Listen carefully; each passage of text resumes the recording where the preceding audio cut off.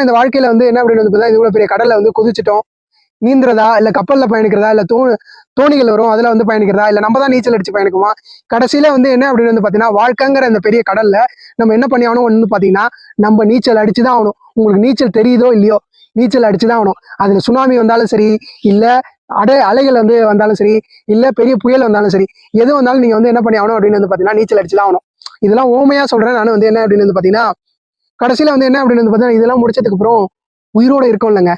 உயிரோட இருக்கும் மீன்ஸ் என்ன அப்படின்னு வந்து பாத்தீங்கன்னா இந்த என்னடா இவ்வளவு பெரிய வாழ்க்கை இவ்வளவு பெரிய தோல்வியை செஞ்சுட்டோம், அவ்வளவுதானா இதோட நம்ம லைஃப் முடிஞ்சிச்சு, நம்ம வந்து இறந்துடலாம் அப்படிலாம் நினைக்கிற கட்டத்துலதான் வந்து என்ன அப்படின்னு வந்து பாத்தீங்கன்னா இந்த வாசிப்பும் சரி, நம்ம சமூகம் நம்மளை சுத்தி இருக்க சமூகமும் சரி, அதான் வந்து என்ன அப்படின்னு வந்து பாத்தீங்கன்னா கவிஞர் கண்ணதாசன் வந்து எழுதியிருப்பாரு. உனக்கும் கீழே உள்ளவர் கோடி அப்படிங்கிற ஒரு வார்த்தை எவ்வளவு பெரிய வார்த்தைங்க அது. என்ன அப்படின்னு வந்து பாத்தீங்கன்னா நம்ம கம்பாரிஷன்ங்கிறது அதிக விஷயத்த வந்து நிறைய விஷயத்துல கம்பேர் பண்ணுவோம். உங்க கூட மட்டுமே நீங்க கம்பேர் பண்ணுங்க.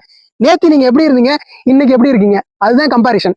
இன்னைக்கு வந்து நீங்க வந்து உங்க ஃபியூச்சருக்காக என்ன விஷயத்த நீங்க வந்து ஒர்க் பண்றீங்க, அது உங்களுக்கான வேல்யூஸ் வந்து எதுவும் எடுத்து வைக்குதா? நேத்தியை விட இன்னைக்கு நீங்க வந்து பெட்டரா இருக்கீங்களா, பெட்டரா படிக்கிறீங்களா, பெட்டரா இந்த சமூகத்துக்கு ஏதாச்சும் செய்றீங்களா, ஏதாச்சும் ஒரு விஷயத்த சொல்றீங்களா, சொல்லனா கூட அமைதியா இருக்கீங்களா? தட் மீன்ஸ் என்ன அப்படின்னு வந்து பாத்தீங்கன்னா யாருக்கும் டிஸ்டர்ப் பண்ணாம, தட் மீன்ஸ் ஏதோ ஒரு விஷயத்துல உங்க குறிக்கோள் நோக்கி ஓடுறீங்களா?